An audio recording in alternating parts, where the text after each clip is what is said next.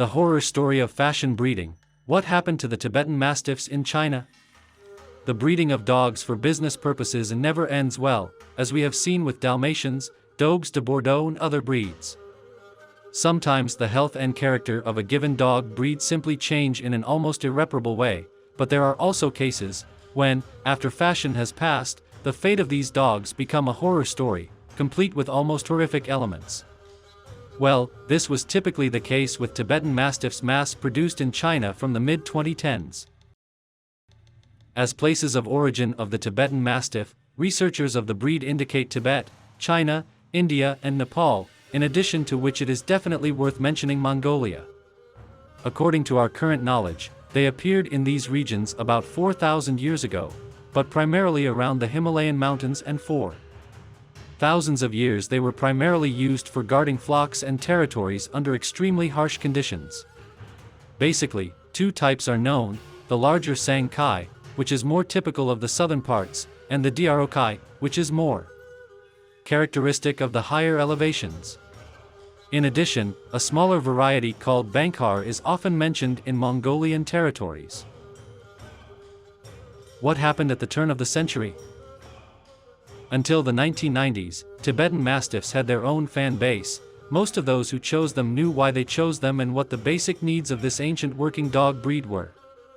At the turn of the century, however, they became extremely sought after and fashionable almost without precedent, and since they were traditionally dealt with by a particular circle of breeders, the number of available puppies became few compared to the demand. And huge demand, as we know, always affects prices and raises them significantly.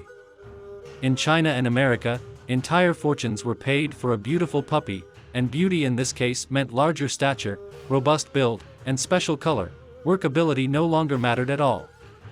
The sales record was set by a giant, huge, almost immobile, golden yellow dog, which was sold for no less than $1.8 million in the USA. And what was the reason for this craziness?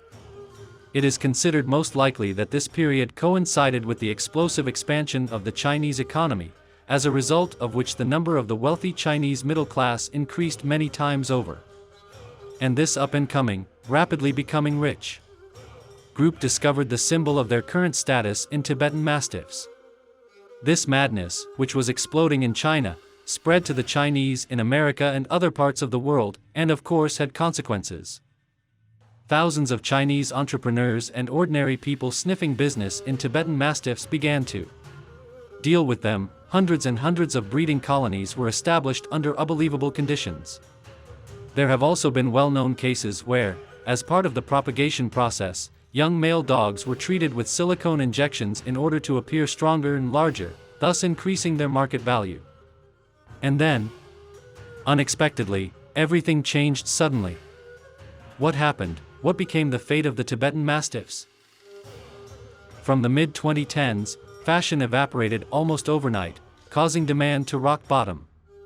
As a result, prices fell to a tiny fraction, and even the costs of maintaining the huge Tibetan Mastiff puppy mills and farms were not covered by falling sales, let alone profit. This is where the horror story really began. The breeders who had been hoarding dogs until then tried to get rid of the dogs by thousands, or tens of thousands. It is difficult to describe, but most of these dogs ended up in slaughterhouses, who paid a bounty of $5 per dog for them. Winter gloves and fur collars were made from their fur. The luckier ones were loaded onto trucks and released into the lowlands of China. Let's not think of a few hundred dogs, but tens of thousands.